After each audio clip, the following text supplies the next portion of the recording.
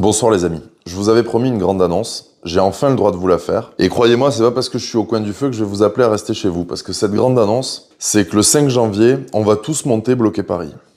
De toute la France. On vous appelle tous, que vous soyez à la coordination rurale, dans les autres syndicats, à syndiquer. Là, on y va pour sauver la paysannerie. On a bien vu depuis un an qu'on a bossé, gosillé, faire des actions plusieurs fois par mois, tous les mois. Ça sert à rien parce que l'État méprise au dernier degré et les paysans et la province. La seule chose qui fera réagir l'État, c'est qu'on bloque Paris. Si on les touche à eux, là, ils vont réagir. Donc c'est à nous de bloquer tous les grands axes qui desservent Paris. Et puis pour la suite, on verra, une fois qu'on va y être. On appelle aussi, bien évidemment, toute la population non agricole, les artisans, l'industrie, les camionneurs, tous ceux qui veulent à nous rejoindre. Parce qu'il y en a beaucoup qui sont à bout. Ça vous concerne tous. Déjà parce que sauvegarder la souveraineté alimentaire de la France et la paysannerie qui est l'âme de ce pays, c'est absolument fondamental.